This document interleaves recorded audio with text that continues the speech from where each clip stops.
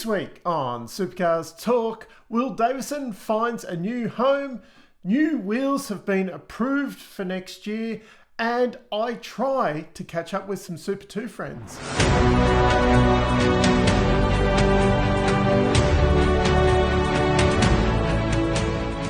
The big news this week is that Chaz Mostert will run the number one on his Supra next year, not Mustang anymore. There have been a little bit of conjecture. He was asked straight after the race on last Sunday now, whether he would change to the number one instead of running his traditional 25.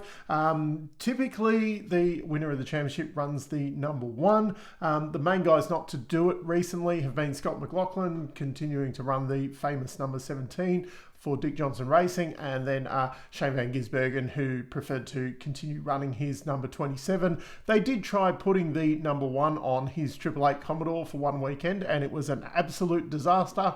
And he said, yeah, never again. But I suppose the actual big news this week is that Aaron Cameron will have a sponsor on his car next year. 2, actually. Well, that's 4, I guess. So 2. So in most, well, all of previous years, the main sponsor for that number 3 Blanchard car has been the Blanchard's own Cool Drive auto parts company. As of next year, it will be co-naming rights Licky Malloy. I always struggle to say that one. And Blast, spelt Blehst. You would have seen it kind of on the rear quarter panels of both the number 3 and number 7 in the later rounds of the year. They'll be the main sponsors of the car instead of the normal Cool Drive. It will be sad to see those Cool Drive liveries leave the category, unless it will be moving across to the number 7, because Snowy River has walked out the door with James Courtney there. But Blanchards usually do a really good job with the liveries. So, yeah, it will be exciting to see something a little bit different. And a couple of, well, not in Licky Malloy, not a new brand to motorsport, but a new kind of brand to the category, and Blast obviously coming along. As most of us know, Licky Malloy do lubricants, and yeah, they've been long-time sponsors of the Bathurst 12 Hour, while Blast, I did actually have to look them up, and when I was like, I forget what they do, because I had looked them up previously. And yeah, it's car cleaning stuff essentially, but like pressure washers and vacuums and air and things like that, that you mount kind of to the garage wall. It's all systems, or it appears, going through the website, it's all kind of systems that you actually mount onto the wall. Yeah, kind of inbuilt, more professional kind of cleaning stuff, yeah, for the home. So definitely, if you're looking for some stuff like that, definitely go and check them out. This is not a paid ad, but yeah, when you get the chance to support a sponsor of the category, definitely go for it. In other news this week, we've had one more co-driver announced for the endurance races next year, Will Davison. Funnily enough, I was like, I really don't have that many Will Davison cars, and his 2 Bathurst winners are kind of locked away, and in a... I'm having a lot of trouble with one of my ankles at the moment. I could not walk yesterday even. I've been and got a lot of tests done. Hopefully we have some answers very soon, because it's, yeah, the joys of getting older. This is quite concerning, but I'm not in a position to get any models out of storage at the moment. So we're stuck with these 2, but funnily enough, they're both Penrite Will Davison models, which he is going to the Penrite sponsored Groves. It hasn't been confirmed which car he will be driving. Assuming he'll be in with Matt Payne and Tim Slade will be in with Kai Allen. As I said, they haven't confirmed that, but for some reason that just is the logical lineup, and a lot of the times, yeah, logic dictates what happens here.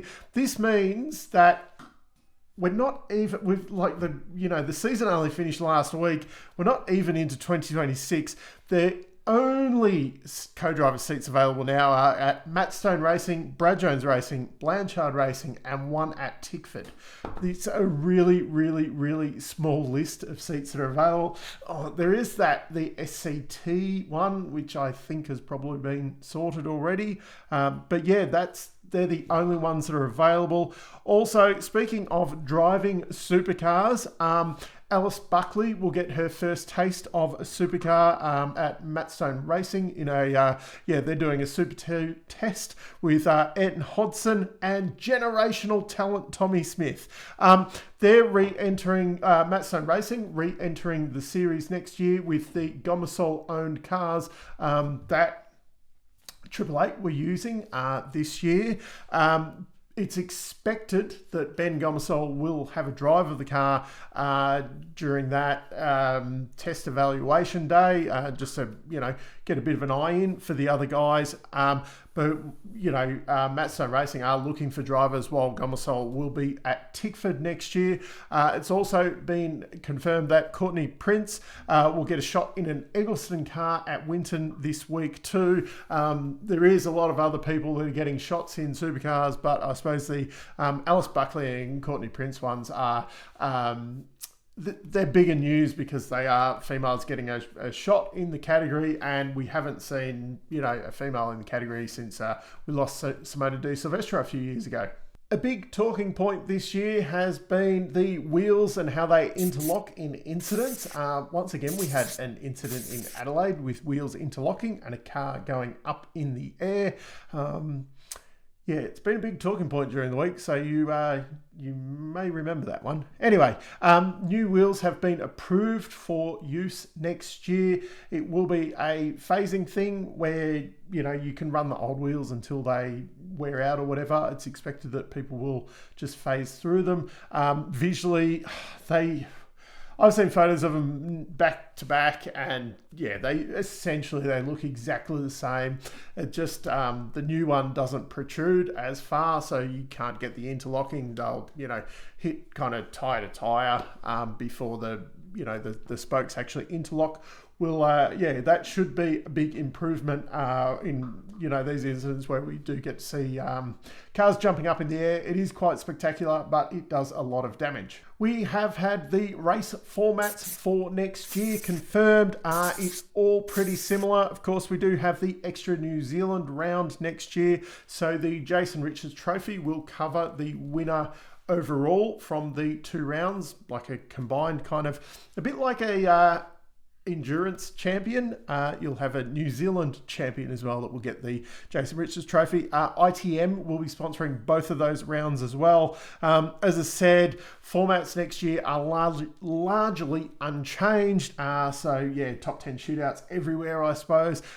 It's actually, they've confirmed the races so far, not that kind of part of it. Darwin will adopt the format that we had at SMP and Townsville last year, with the 100-kilometre race on the Friday afternoon and then two 200-kilometre races over the weekend. It looks like Adelaide will have that very similar format of 100 kilometres on the Friday, but 250-kilometre races over the Saturday and Sunday. What I didn't quite pick up, which makes sense, but I also don't like, is that the finals, you've got two 250k races at both Gold Coast and Sandown, and then you go into Adelaide, which it's got the bonus one on the Friday there, which I do like, that the final is run over the three kind of races. But you also then, Sandown 250k races, it didn't really work. I think we could probably tweak that format a little. Sandown, it works with quicker, shorter sprints or a big long enduro. That 250k race, it did drag out a little bit at Sandown. Two 125s each day or something like that, or maybe we have two 125s and then a 250 on the Sunday. Something like that would be good to see. Now, speaking of the finals as well, there has been talk of some changes to the format for next year. One of the big things is that they're planning to adjust there wasn't enough bonus points going into Adelaide. So the proposed system, I think this year it was 50, 30, 20, nothing, or was it 50, 30, 15, nothing. So the proposal next year is 150 points for the leader of the championship from Sandown going into Adelaide, but then second place gets 120. So then 96, then 78 for fourth place. You've got no one. There's no one in fifth place though. You've only got the 4 going into the final. So what does it matter if they start on 5,000 points equally or 5,078? Like that, it seems, oh, you're fourth, but you get 78 bonus points that mean nothing. So you get 150 and then second gets 120. So you're only getting 10 more points as a bonus to what you had this year. As I said, when they announced this bonus points structure previously with, the way it went from, Gold Coast into Sandown, etc. I was like, well, why do we give the last one a big chunk of bonus points? It just made a lot of sense going into the final, not giving any bonus points. And then, so why don't we give, if we're doing this, why don't we give 60 points to first and then 30 points to second? You've still given an extra 10 points without it sounding ridiculous.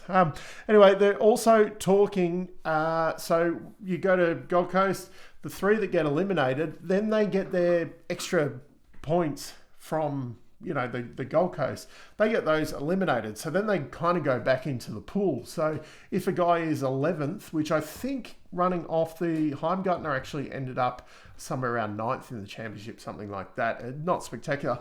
But what they're talking about proposing changes is that someone like then that's 11th and 12th, they can actually fight to get back into the top 10 of the championship. And if you have a bad finals, you could end up outside the top 10. Nobody cares at that point.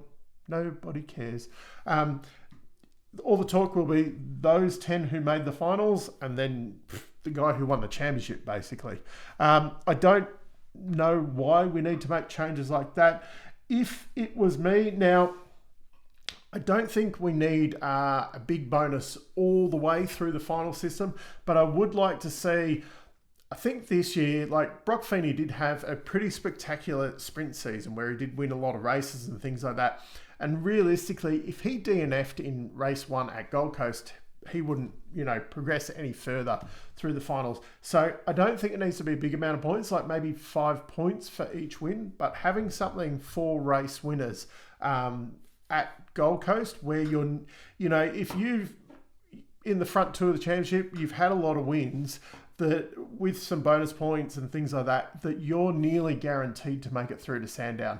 I don't think I'd want to see a guarantee into the final because that takes away some of the jeopardy of the finals positions. I have heard a lot of people that maybe the Sprint Cup winner and the Enduro Cup winner, they should automatically be part of the final.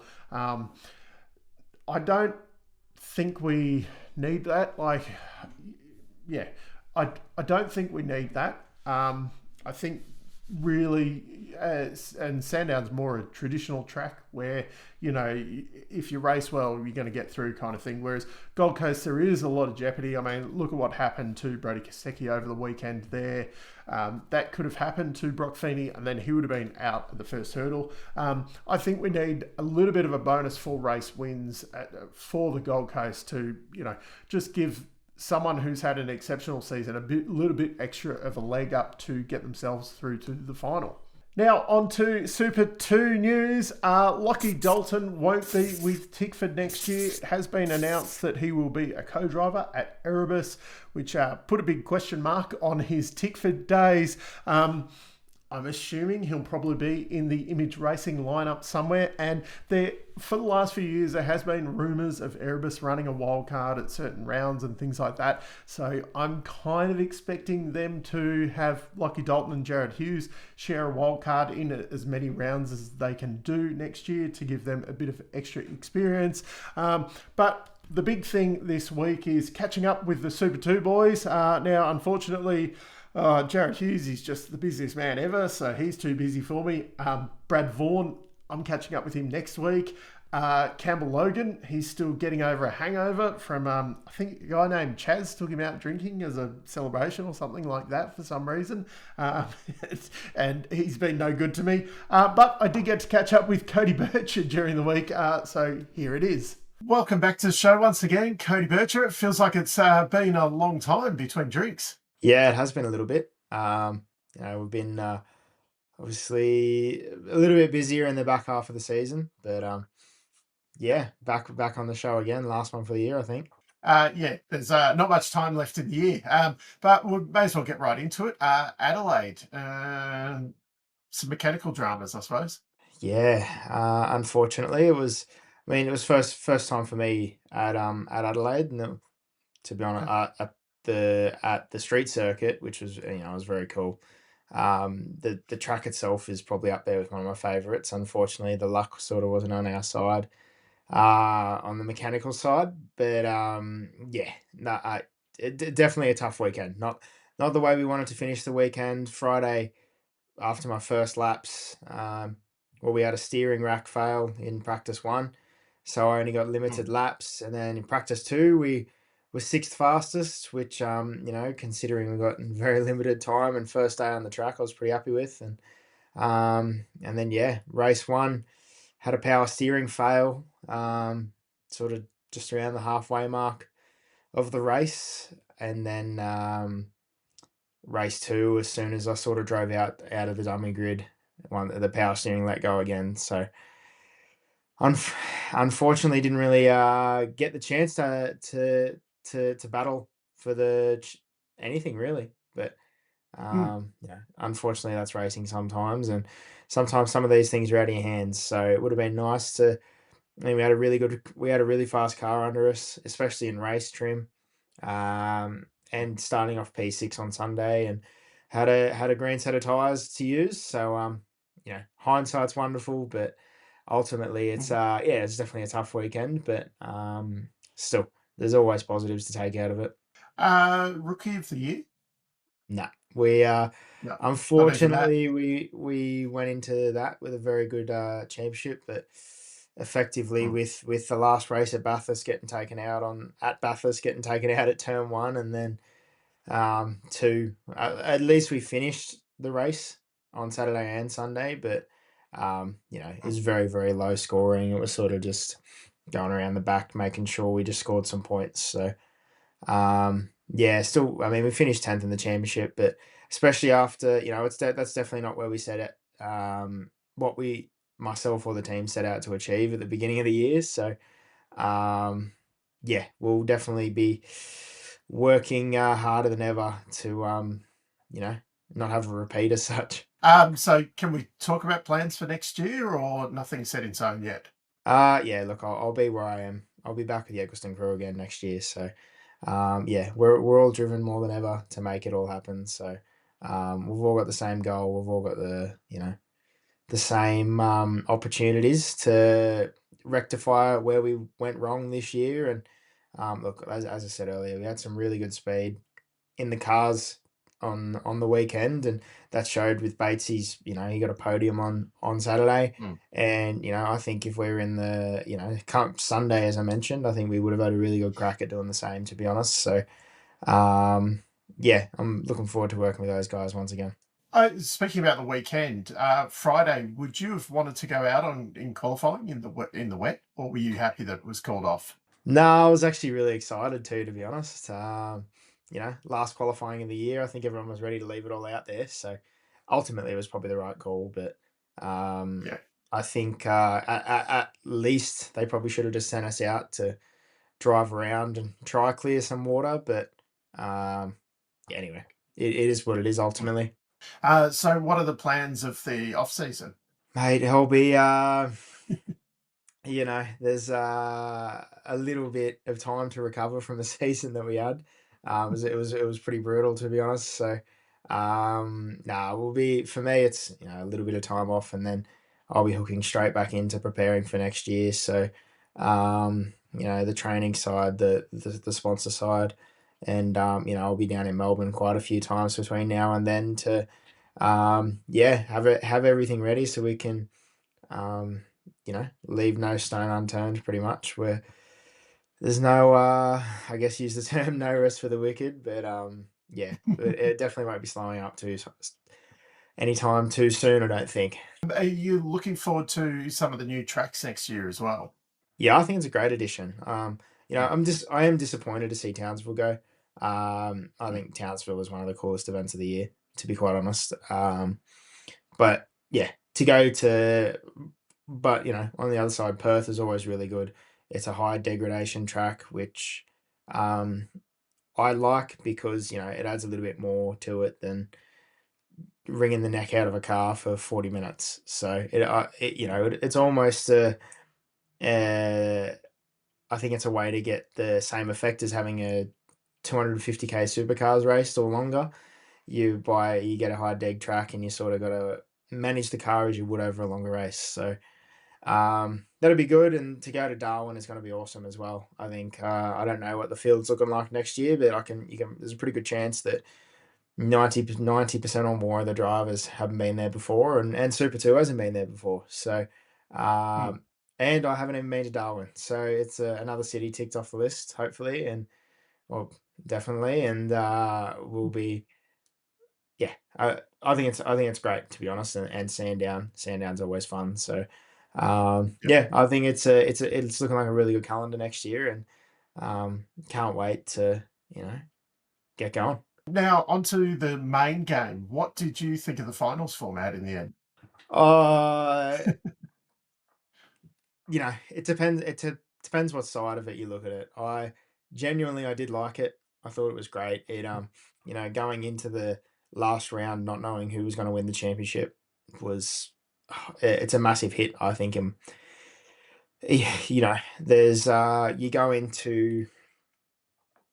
you look at every other sport really around the world, or most other sports. There's only very little people that can win. Like you look at, for me, it's NRL, whether it's AFL or whatever other sports. You know, there's a grand final. Mm, This is when all the eyes need to be on the TV, and I think, to be honest, it probably brought a lot of interest back into supercars, especially by calling it the grand final. But then you got the other side that Brock Feeney went out and dominated pretty much all this year and didn't come away with the mm. championship. So um, I think from a driver's perspective, you're probably not going to be a fan of it, but I think as a sport and a commercial background, it's I don't think it'll be going anywhere to anytime soon, to be quite honest. Yeah, I tend to agree with the ratings and the talk about it this week. I think it will definitely be around at least for a few seasons. Yeah, absolutely, and I'm sure Brock will get his crack at a championship again. I've raced up against him sort of all in the junior ranks in go karts and that sort of stuff. So he's always been very dedicated at what he can do, and that's showed massively this year. So, um, you know, I can only imagine how he feels. But I'm sure he'll get I'm sure he'll get plenty of opportunities. But it's also exciting to see you got people like Woody that have sort of come good at the end of this year. Kai that's done really well in his rookie year. You got Matty Payne. You got quite a few different people. Cam Waters, if he can string a season together. There's a lot of opportunity to mix things up a lot, and it keeps it exciting because I think sometimes people can get lost over a full season of championship if they want to follow every single round. There's probably a small chance of that. Whereas if they can tune into at least Bathurst onwards, um, I think it's only going to do the sport favors, to be honest. And seeing the new drivers coming in next year and guys like Kai Allen and Brock Feeney that doing so well, with some of the old guys being shuffled on this year, does that give you hope into the future? Absolutely, I think it's a great thing. Um, it just shows that by backing young drivers to do the job, and it's happening. You've had every few years you go through this phase where a lot of old drivers get phased out, and new ones in, which is good. And hopefully, it almost needs to be cutthroat, as in go in and you need to perform. So it's good that they're backing young drivers, and it's proving, like Woody in his second year, how good he's doing. Kai in his first year, You've got plenty of people in there, and I'm sure there'll be a few of those guys from Super 2 that are jumping up next year that are going to do a great job. Obviously, my teammate this year, Batesy, is a very good steerer, so I'm sure he'll wring its neck to see how much he can get out of it as well. So,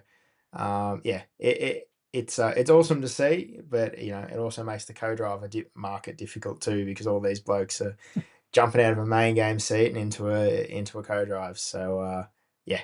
No news on a co-drive next year? Not sure yet. We'll wait and see. There's not many seats left at the moment.